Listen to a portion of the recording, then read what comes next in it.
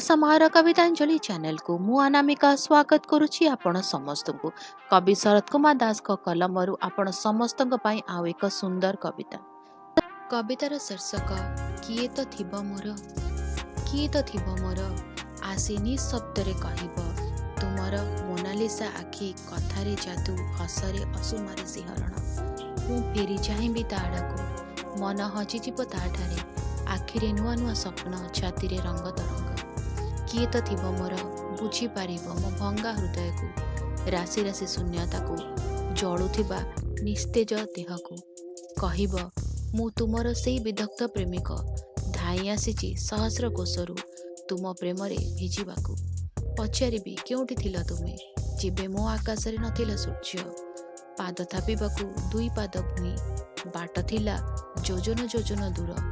क्रूर परिहास विदीर्ण करुला मो नरम छाती को तुम से कहब तुमर हजि जाएनि किछि तुमे आज भी चटकुच जुग जुगर लुह पोछि मु जाबड़ी नेबी ताकू परम तृप्ति रे से सजाड़ी देव मो अलरा केश।